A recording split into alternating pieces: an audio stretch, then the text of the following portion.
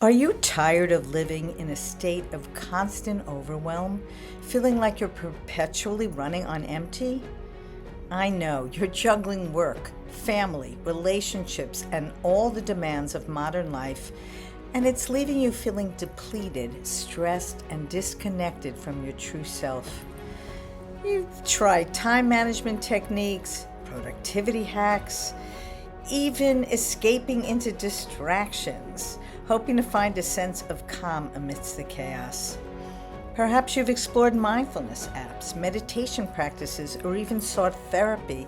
You're searching for that elusive feeling of peace and well being.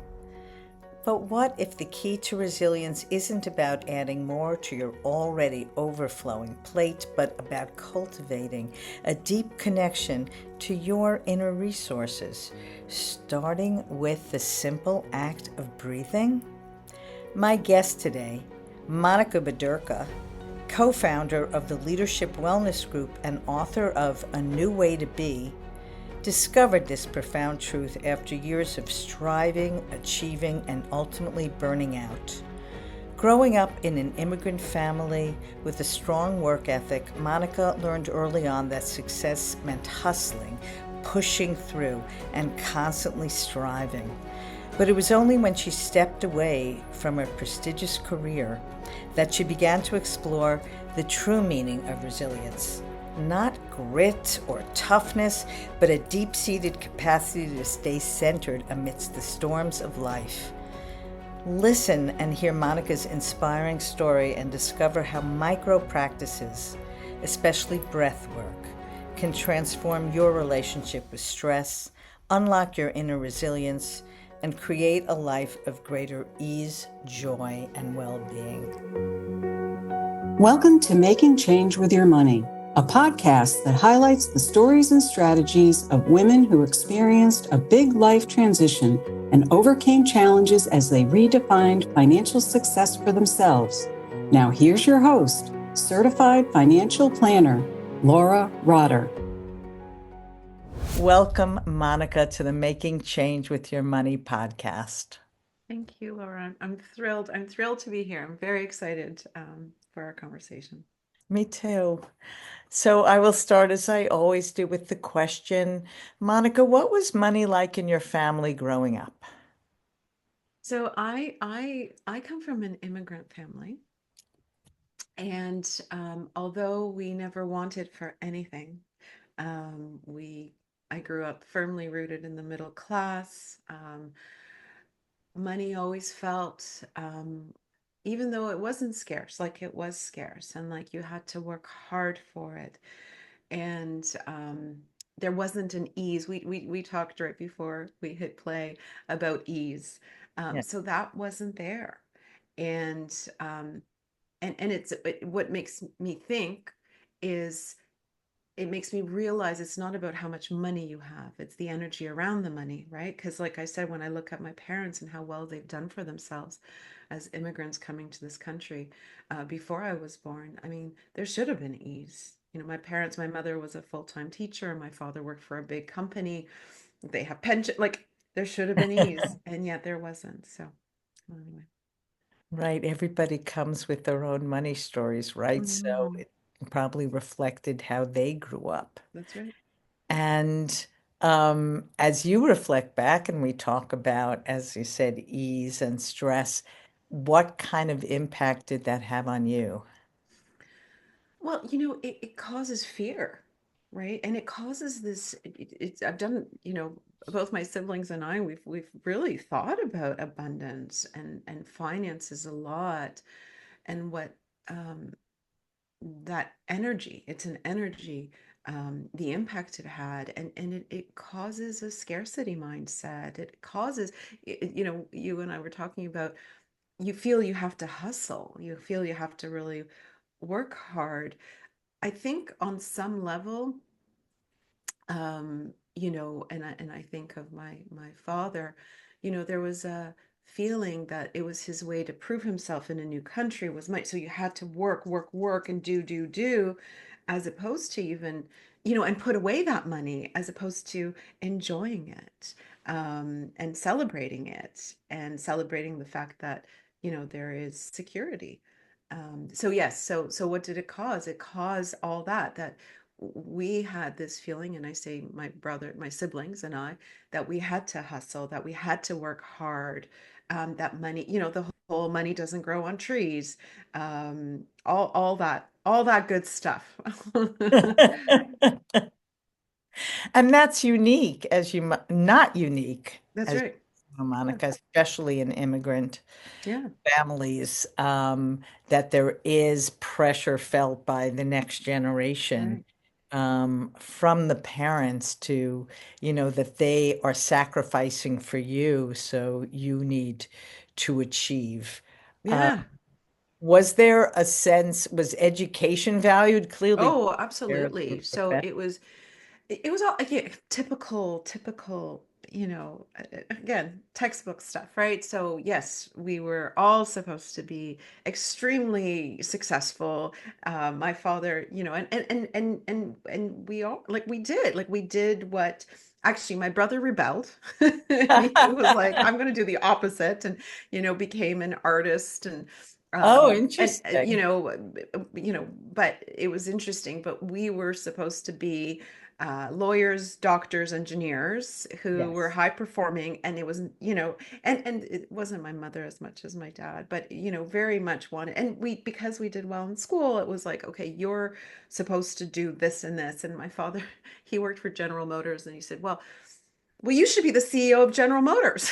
I was like, I don't want to be this. And it was only later that I was like, that's not what I want to do. Like, I really would not want to be the CEO of General Motors. But in my head, I was like, okay, if I'm not a doctor and I'm not a lawyer, well, I guess that's what I have to do. And I did an MBA. I did all that, and at one point woke up saying, well, hold on a second. What do I love? What do I want to do? Um, so yes, yeah. Again, typical story. Not not. Monica, yeah, I love the way you said one day you woke up, Mhm. because that's been my experience. But my day waking up, I was already in my 50s. So it sounds like you were younger. Was there a catalyst? What woke you up? Uh, Um, it's interesting. I mean, there's so many little things. I mean, I was always drawn, thanks to my mother, actually, to, sort of, um, for lack of a better term, what we would call now self-help kind of literature. And I loved it. And spiritual literature. And, so I remember, at a very young age, reading Think and Grow Rich, right? And, yeah. I was in high school, reading some of these books.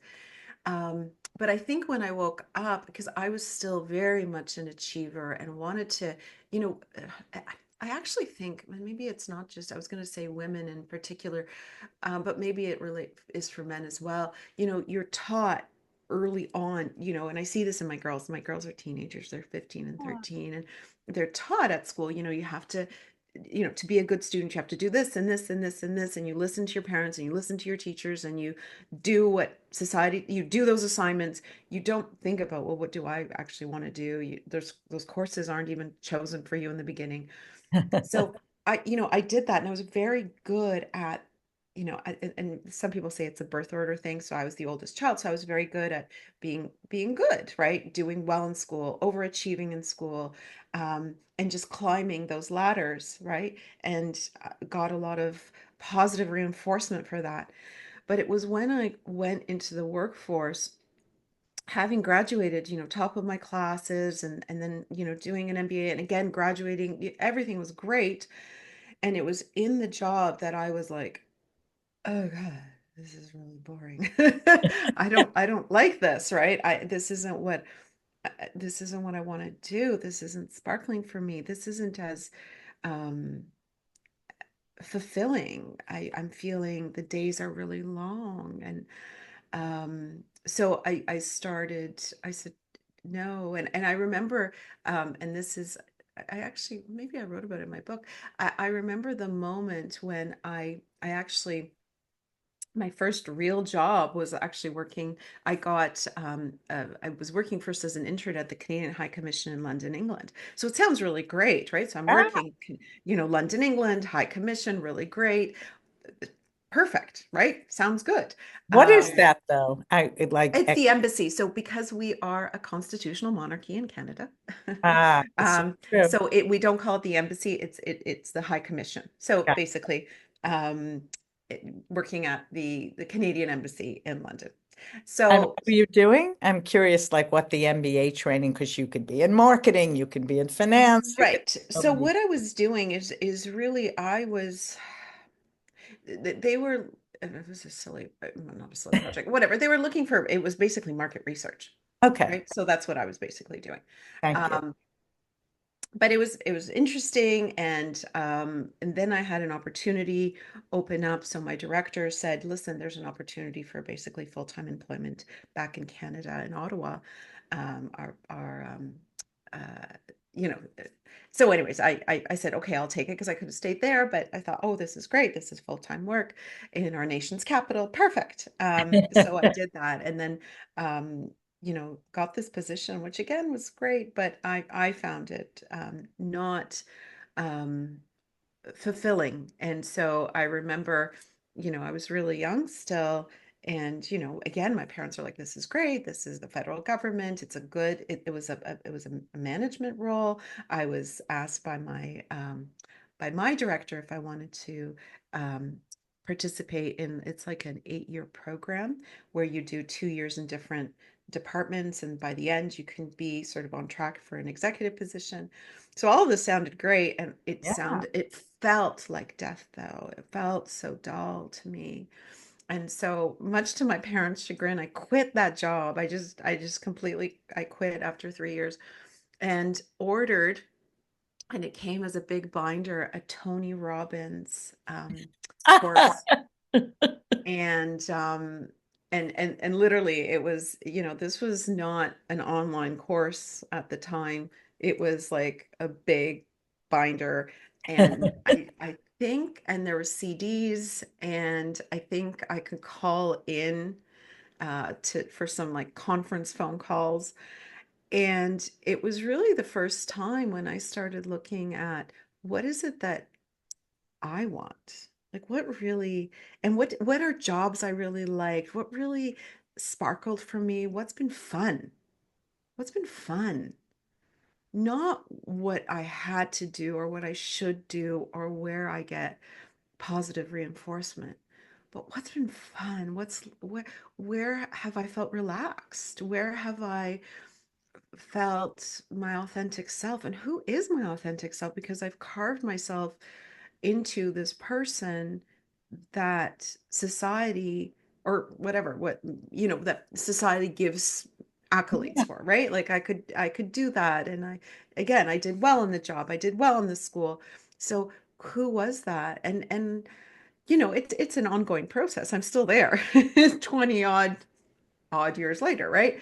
But that was the first time where I really was like, okay. And that's when I woke up, and that's when I started searching and seeking, and then found jobs that were more in alignment, because that's when I discovered, and I actually, at the time, this is the outcome of doing that whole course, and I did it all, was I came up with a title for myself, which was Human Potential Development Consultant.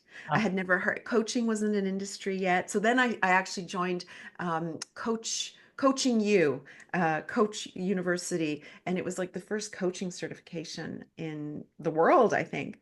And again, it was call-ins. You would call in once a week for these courses. But I remember I was like, okay, I want to be a human potential development consultant. And I had no idea what that meant or how that would look. But yeah, so long story. But yes. Thanks for the long story, Monica. I want to, first of all, just note that that was very brave, and especially given the very clear dominant message that you got from your parents, and you were the oldest, so that sense of responsibility that an eldest has. And so you might make it sound easier than it really must have been being young and making that decision. Perhaps your parents, I don't know what your parents' reaction was like.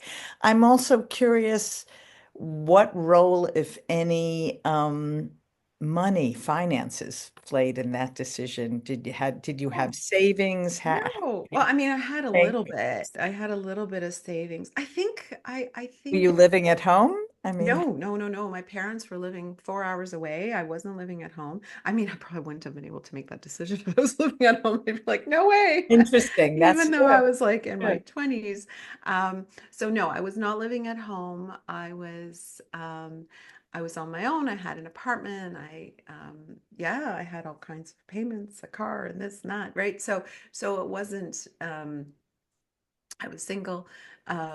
So it really was, um, I read somewhere, I don't know if at the time, but it's like, you have to, if you jump off a cliff, one of two things will happen. Um, Either you will find a branch to hang off of on the side, or you'll grow angel wings, right? Which was, again, kind of cheesy, but this idea was like, you're not going to die. This isn't going to, like, I thought, and in a way, I knew, I guess, subconsciously, although I wouldn't have wanted to, I could have just gone back and moved in with my parents, right? So I did have that safety Had a net, safety net. even though, my father would probably be like, "What did you do? Such a good job! This was so good, right? You You're could so also, you knew good, you right?" were But in employable. a way, but I knew, I mean, I did, right? And I had great references and that sort of thing. But I did feel, as I'm talking to you, I'm looking at a book here. I have a bookshelf. I love books, so I had a book of Wayne Dyer's, who Yeah. you know, and I have all his books. And I remember he had a chapter in one of his books saying, don't die with your music still inside of you. Um, And so that was a big mantra for me. Is I was like, I can't find another job or find what I really love to do if I'm spending all my time doing this other job. Um, so so that was yeah, And that was the impetus. um, thank you for sharing that. And I'm curious, why coaching? Is it that you wanted to teach what you yourself needed to learn? What was it about your skill set and who you are as a person that drew you to coaching? Well, it was interesting. So I then didn't go into coaching Oh. for 20 years. So what I did is what I realized though is I loved this idea of human potential and excellence, and I also found a home in education. I used to always say education found me. I didn't find it. So I end up working in various sort of educational institutions. And most recently, before I started my own business, worked at the University of Toronto in executive education. So I was designing leadership programs, right? I was designing and working with faculty and working with colleagues to create programs that were um, not just informational, but transformational. So the idea of, doing things differently. And that's where actually, um, now I teach a lot on resilience. And that's where resilience really came, sort of really came to my focus, because I'm also very, very interested in a holistic approach to, you know, potential, right? So it's our health, it's our mental health, our physical health, our emotional health, our spiritual, all of that. But what I realized at the time, so I'd be working focus testing with these leaders and C-suite CEOs and boards of directors, and at the time, the question was, what do leaders need in the 21st century? What do we need for success, right? What's the chemistry of success? What is it? And that word resilience, two words kept coming up. And one was resilience, and the other was humility. And I Mm. found those really fascinating, right? Humility, and I get humility now more than I did then, right? With the disruption that we see, and just the sort of the chaotic nature of our world, leaders do not have all the answers. Like when you think about, like when I grew up, a leader, it was more command and control, Yes. right? It was the leader knows the answer, you follow the leader, and you don't question it, right? So the leader was supposed to be the great communicator, the strategic thinker. They had the answers, whereas now the leader actually is a facilitator who is, in a way, you know, having to create an environment that pulls that information and greatness from others, so that to innovate, to create and weather the storms, and you know stay ahead of the curve in a way, right? So very different. So but I, at the time when that word humility, I was like, oh, interesting, right? And then resilience, we looked at each other and we thought, well, that's really interesting. I get it, again, because of the stress and that chaotic environment and the constant change and disruption and ambiguity and uncertainty and just chaos. And, when you think about our world, the resilience to stay centered in that storm, right? But how do we, at the time, everybody said, well, how do we, how do we teach this? What Right. is this, right? Um, and uh, and then COVID made it very apparent. Right. Suddenly, the word Resilience resilience became the became a word during buzzword COVID. for sure. So yeah, I don't even remember what the question was anymore. Like off. Well, I had asked, you know, um, in my interest in getting to know who you are, Monica, when you said your journey was Right. to bring who you were to the work that you do in the world. And the work that you do, I came at it from coaching. You said you never actually coached, but how did you come? I mean, U of T is a very well-respected institution. How did you come to be someone Hmm. working with and for that institution? And what drove you to have the role that you just Hmm. described?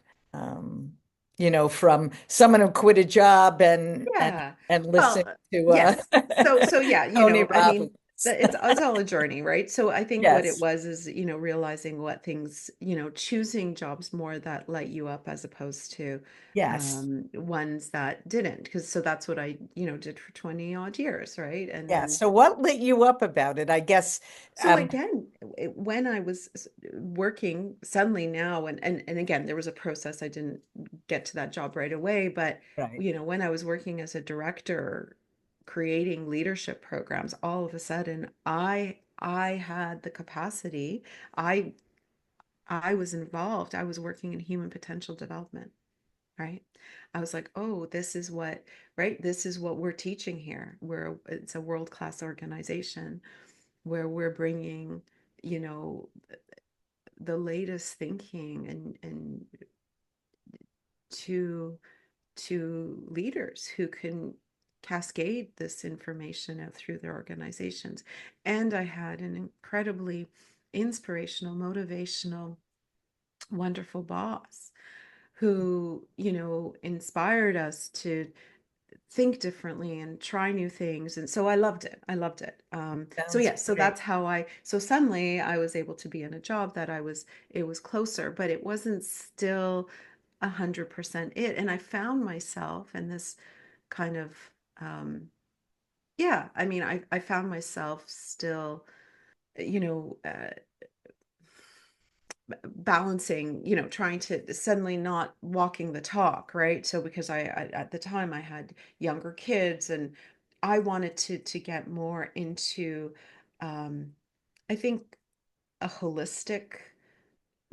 I wanted to go a little deeper on the content piece, and yeah. So then I end up stepping away, and then I did do health coaching. I did become a coach. I first took a yoga teacher training, then I became a yoga therapist. I studied nutrition. I did all those things because uh, I felt like I wanted to, yeah, to help. And I was seeing a lot of suffering with people too. So it's like, how do we alleviate that suffering, right? And now what I see is, that burnout, overwhelm, that hustle culture, right? That hustle culture. So I say I'm healing from the hustle, right? This is why I named my book A New Way to Be, right? So that's a gentler way, um, an easier way, a more compassionate way. Um, and it's not the way our society necessarily teaches us to be. Thank you. I'm listening to you share about your journey, and you've already said that you're a lifelong learner as you look at the books on your shelves. So I can see that you love to learn and bring different modalities to your work. I was trying to parse out, is your work more about your interpersonal skills or both, or your creativity and your ability to sort of develop new ways of approaching things? And trying again to say, like, Mhm. who is Monica? What's Mm. like, as I look at myself as an example, I'm an introvert. I do love interacting with people, and I work a lot with numbers. So there's a part of me Mhm. that gets energy from sitting and parsing through numbers. Yeah. So where do you get energy from? Clearly from learning, and where else? Yeah. So where do I get in? So you said you're an introvert. When I do all those Myers-Briggs tests, I fall like smack in the middle of extrovert, introvert. So I get energy. I love this conversation. I love connecting with people. I love teaching. I Yeah. love it. I think that was part of the thing when I was at U of T, and the other directors and I, we would often coach the faculty members, often many of them trained at Harvard, because we would be the one who knew what the clients needed and wanted. So we'd be coaching them on what the content should be. And I was jealous that I didn't get to teach it. I wanted to do that, right? So I was like, oh, so I love teaching.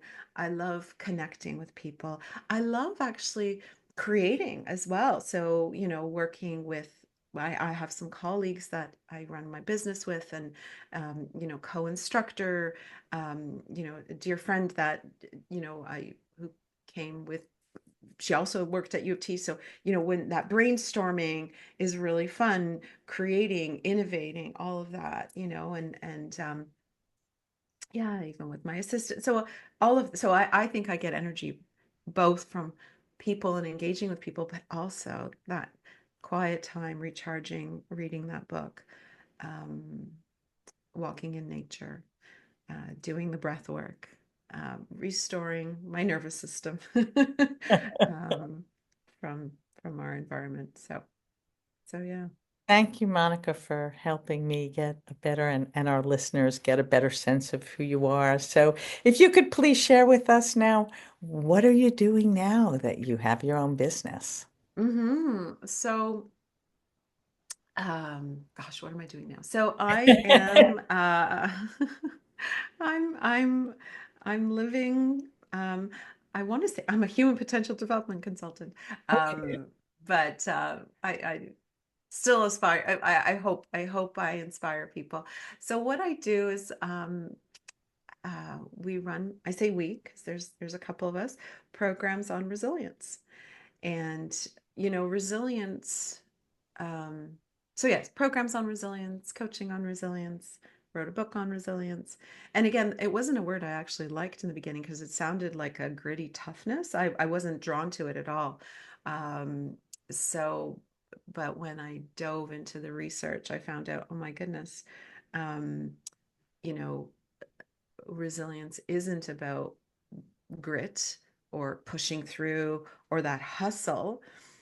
In fact, resilience is, what we talked about earlier, being able to stay centered in the storm, right? It's like I akin it to, when you see that yogi who's smiling, just sitting calmly, even though there's like, that there's a centeredness, a calmness, um, and in my programs, I akin it to things like shock absorbers in a car. So those bumps in the road are there, Yeah. right? And often we don't foresee those bumps.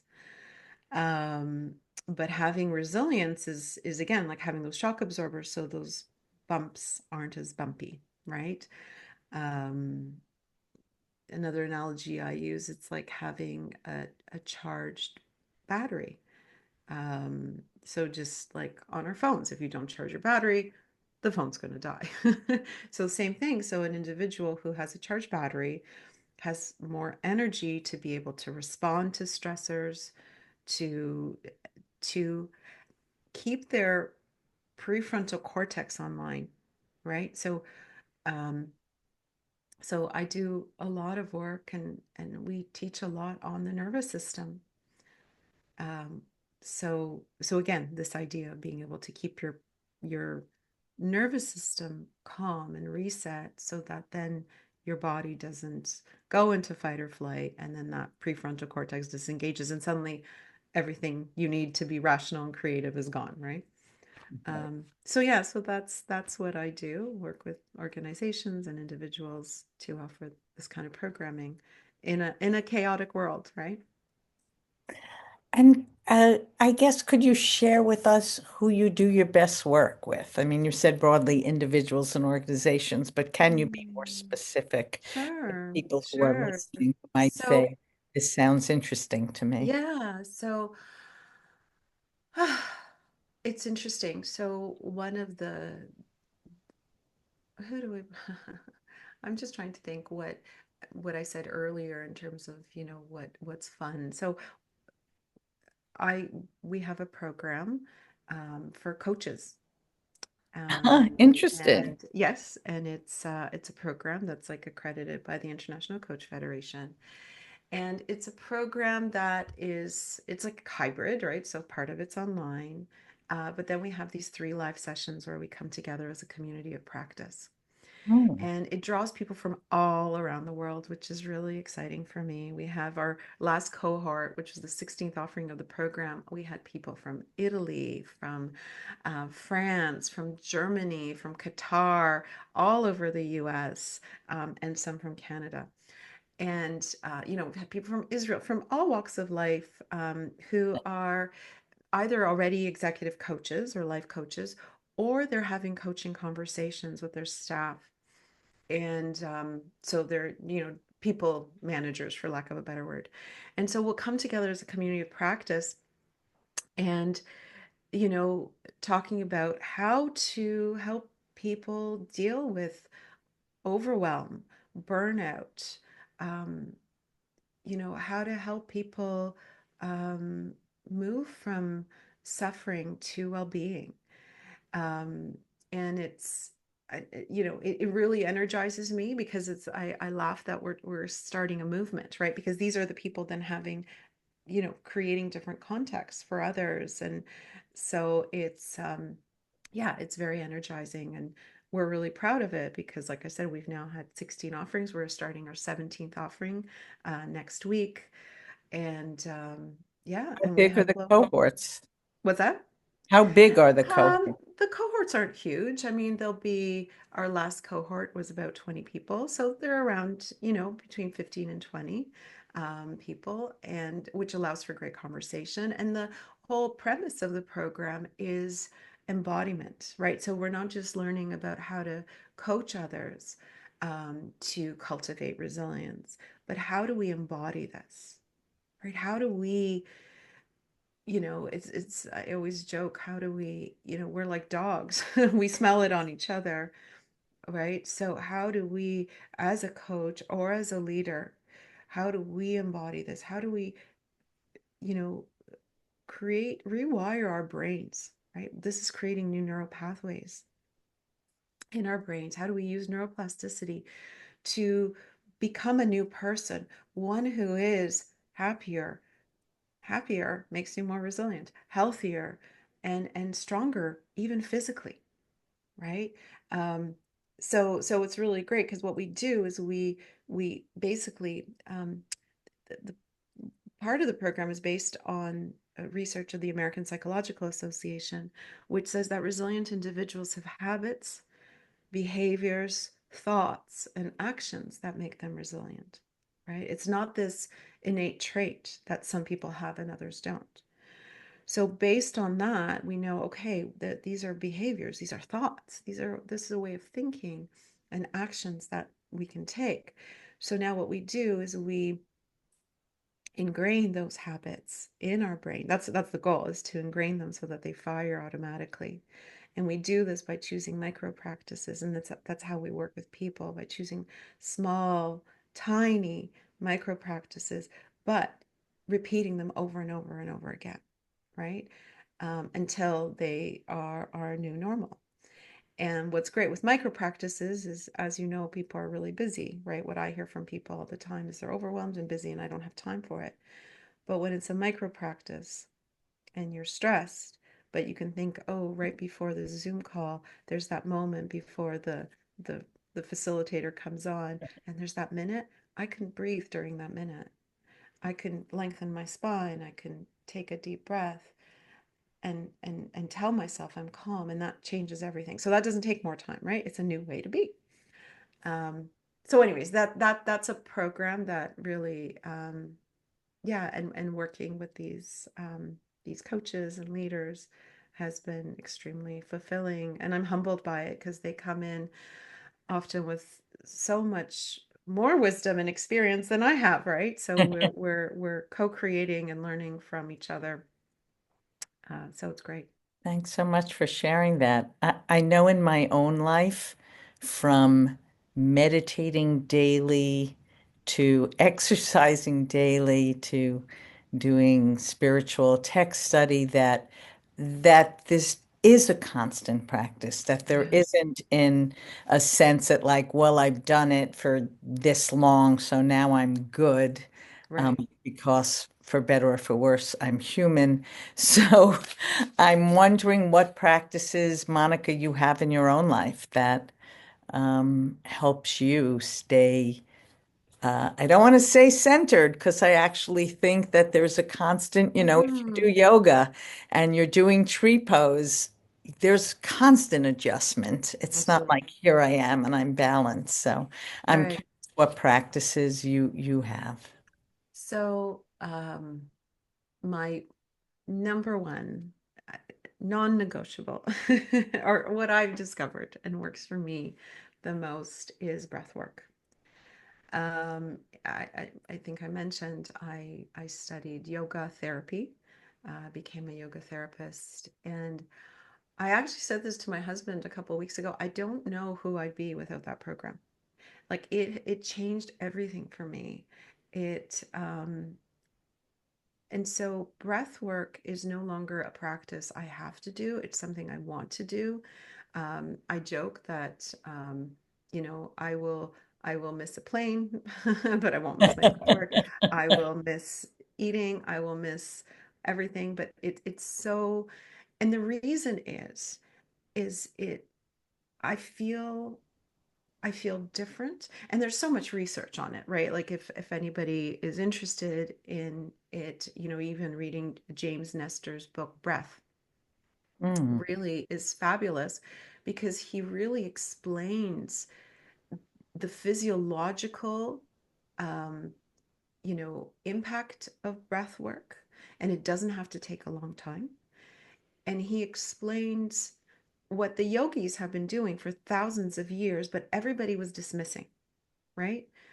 Because it just seemed woo woo, and who has time, and breathing. We all have breath. Like, of course, that's something we do, right?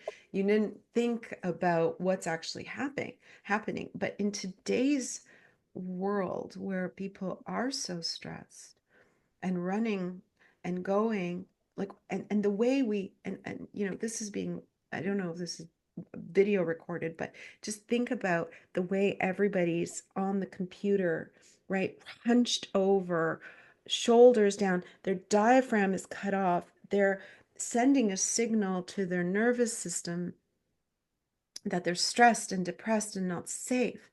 So for me, this is a counterbalance. Like I'm bringing breath to my whole body. I feel like it changes my whole constitution, my outlook for the day. On days I have missed it, I've always noted that my tendency will be to be more negative. That's why I don't miss it. I love it. And I'll do it in between. Like I'll do mini practices between meetings, and then I do my practice in the morning. Um, and yeah, that's my main one. And there's lots more, but that's my main one. That. And I think that there's also a sense like we've all learned to hold our abdomens in, like we're never just having a full belly Yeah, breath. You know, totally. it's just almost countercultural to like Totally. let yourself just like breathe into your belly, Totally. let it expand, especially for Mhm. women. Yeah, totally. Oh, yeah, absolutely. And we're rushed and we're holding our breath. Where many of us are mouth breathing. So, again, that's signaling to the nervous system that you're in danger, right? Because usually you mouth breathe when you're running, Interesting. as opposed to, breathing in through your nose. I'll tell you just a side note. We went to a dentist with my younger daughter last year, and she was fascinating. And she actually, unlike other dentists, was like, she went and started feeling her head, and it's just like so interesting. And then she's like, "Your daughter's a mouth breather. You have to tape her mouth when she goes to bed." And I said, "What?" This is, and I mean, I knew about mouth breathing just from yoga, but I thought, oh, interesting. I never noticed this.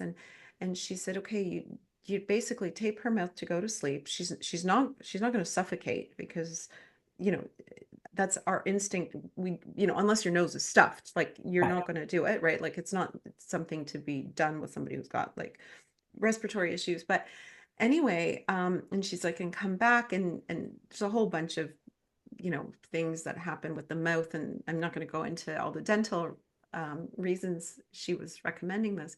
But one of the things that my husband and I noticed right away is that she calmed down.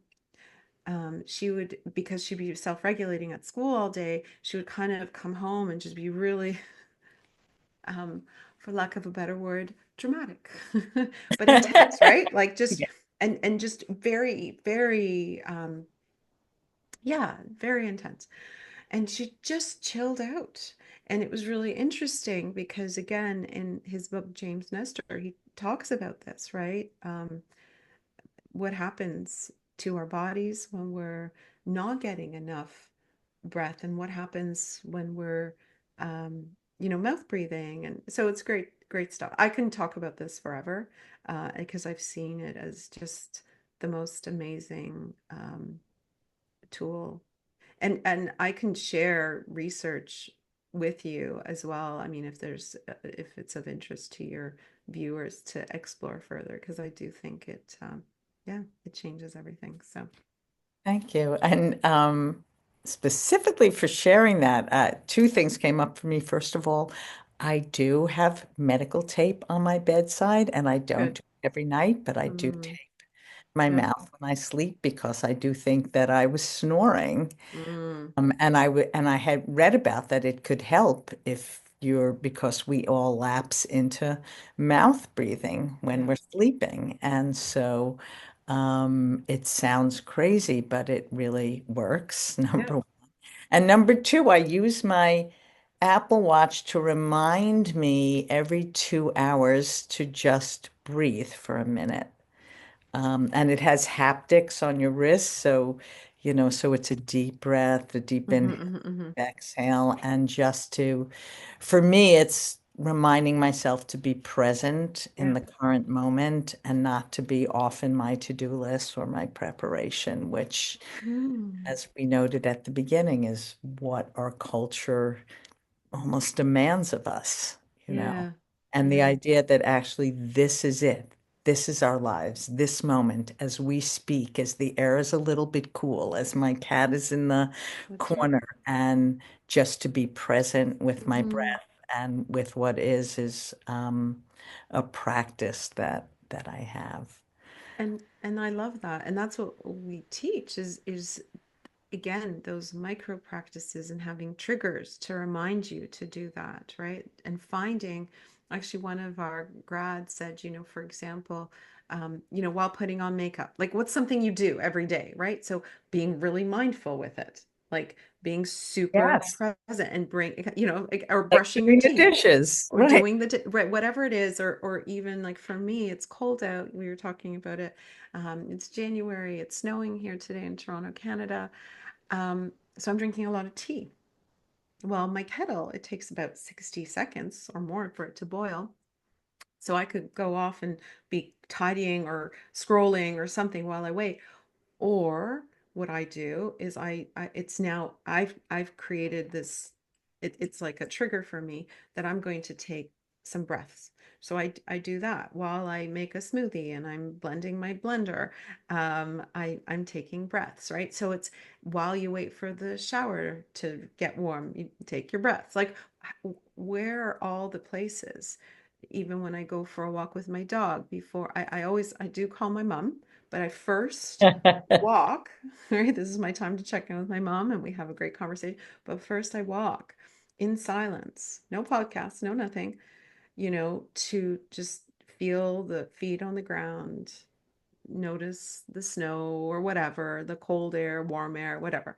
Um, so it's not like, because people sometimes think, oh, I don't have time for this. But it's how can we do these things or attach them to what we're already doing, right? Or change the way we're doing those Yes. things, right? We're doing them anyway. Exactly. And even as we speak, I got my alert from my watch to take a moment to breathe, which I'll do after we finish. Perfect. So, Monica, we are getting to the end of our conversation. I'm curious, um, how has your definition of success shifted from what it was when you were growing up I to love this today? question. I love this question. I feel we could do a whole podcast on this. So, my definition of success before was, what you would see. I don't know. I'm thinking of like, oh my God, what was this? Michael J. Fox, right? Like The Secret of Success in, the 80s, or in, what is it? What was it? Family Ties. And he had, his little suit on all the time. And it was all about, climbing the corporate ladder and being successful in a way, artificially, superficially, and yeah, having a nice house, just all external stuff. And now for me, it's really about, um, joy and ease and time with my family. And it took me a long time to, especially when I left my job, it took me a long time to like to sink into it, but just that success is how much um, connection and time and joy and ease and sun on my face and just well-being that I have. Um, yeah. So it's a very, very different. The other definition was all about hustle. This one, that's why I was saying I'm healing from the hustle. It's just completely different. That that comment so resonates with me. I shared with you at the beginning, and now I'll share with our listeners that, my story is that I left Wall Street now. It's over a decade ago, and Mm, founded my own business and following my joy. And yet, I have to say, when I started this business, and frankly, almost until the mantra I'm creating for this year, I was still hustle, hustle, hustle, and mhm, metrics and numbers and revenue and clients um, and as I said at the beginning, I was the worst boss I ever had in terms of the hours I was mhm, working. And again, being human, it's not totally gone, but I really um, am making the mantra for 2025 the year of manifesting ease, mhm, because I've come to realize that, again, I was using ease as this sort of outside metric. I'm going mhm. to find ease. I don't know where it is. I'm going to look under the bed. And then I sort of came to the realization that ease is always here. Yeah. But it's my work to notice it and invite it in. Hmm. Breath work, through presence, through what you described your work is. We are so trained culturally to think everything is to be achieved outside of ourselves, and everything we need is here, and Right. it's just up to us to put the practices in place to recognize it. So, as our conversation comes to an end, Monica, is there something else you want to make sure you share with our listeners, or a resource you can provide? Yeah. Oh, uh, yeah. I mean, I on my website, there's all kinds of, I've got like a workbook to my book, A New Way to Be, which is all about ease, right? So my book is A New Way to Be, Becoming Resilient One Habit, Breath, and Moment at a Time. I will certainly link that. Yeah. So That's again, my that's place. about how do we, again, a new way to be, not the hustle, not basing our decisions on fear and stress, but choosing that ease. And then I find some magic happens, like in what you were talking about. When you choose that, then there's a flow, and there's new opportunities and synchronicities that would have never happened, um, when you're in the hustle. So yes, so there's a companion to my book on the website that's free, which actually is like a very simple document where you can write things down, and choose your mini micro practices. There's actually a whole chapter on breath work, so people can choose, what they're going to do. And then the idea is you could even find examples on YouTube, but just do a mini practice every day for 5 minutes and see what happens, right? So I invite people to that. If anybody's interested in that coaching program I talked about, we also have a free guide, called, Beyond Bouncing Back, right? Because resilience isn't necessarily about bouncing back when there's multiple stressors, right? We Yeah. talked about the shock absorbers. So there's a whole bunch of resources for people who are leaders, coaching people to be resilient, or coaches who are looking for additional tools. Like there's a guide, there's like an audit for dealing with overwhelm. There's, a 60-second reset, what we talked about. So like take how you can in 60 seconds reset your nervous system, right? So all kinds of, resources. I can send you those so you can just link them for people. That would And be great. yeah. Thank you. I really have enjoyed our conversation, Monica. You have a very calming presence. Oh, well, thank God. Thank goodness.